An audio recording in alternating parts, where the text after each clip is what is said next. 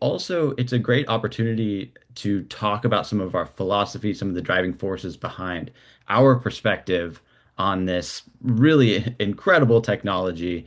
But we also, as academics, we approach it with skepticism, with somewhat of caution, but a whole lot of excitement as well.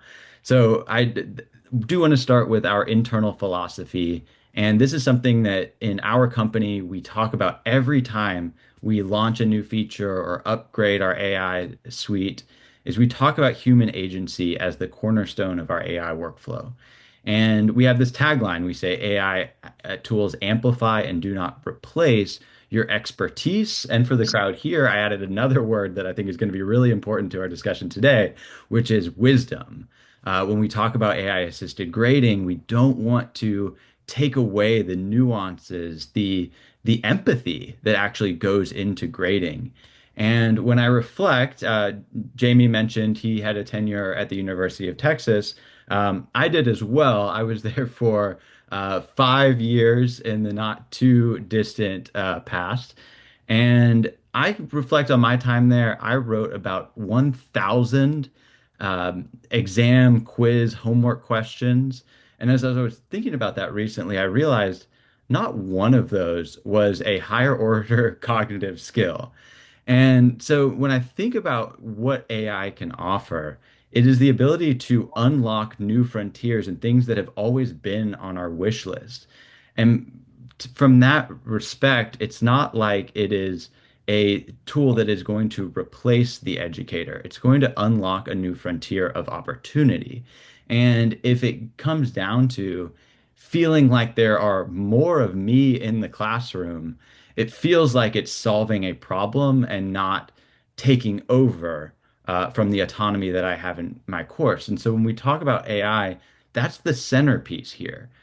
Starting with our first bullet point here on this slide, AI assisted grading in particular, it unlocks the ability to assess higher order cognitive skills and authentic effort at scale. These are things that have been, at least from my perspective as an educator, on a wish list, never to be attained. And now we have an opportunity to attain it. But then we need to really think about AI and what it is. And I would invite you all to think about some of your personal experiences that you've had with it. If you've tried to grade a student response using AI, if you've tried to author an assignment, it's very important that is what we show you today is when you customize it to your course, the AI agents, the AI workflow tools that we enable in our platform are grounded in the context of your course, limiting the scope and grading expectations to your content. You're not having a general LLM run through and grade everything. It is going to be something that is catered directly to the scope of your content. I like to think about AI as a head in the cloud genius, and our workflow tools kind of focus that genius into the direct context of what you are trying to accomplish with your grading rubrics, your pedagogy in your course. Third, and very important, we always have a human in the loop. Students, frankly, do not appreciate if a robot grades their assignments, if a robot is responsible for all of the feedback in our experiences. So we intentionally put the human in control. You control the final grading decisions, and I'm very excited for you to see exactly how that works in just a minute.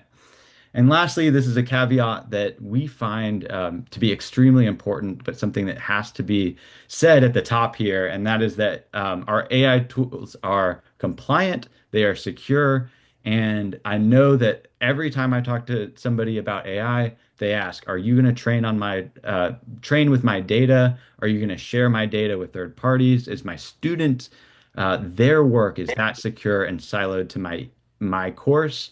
And the answer is yes. Our yes to it is secure. Our AI tools are secure. That we do not train models based on your data. We do not share that data. And we take that very, very seriously. And so I like to say that up at the top.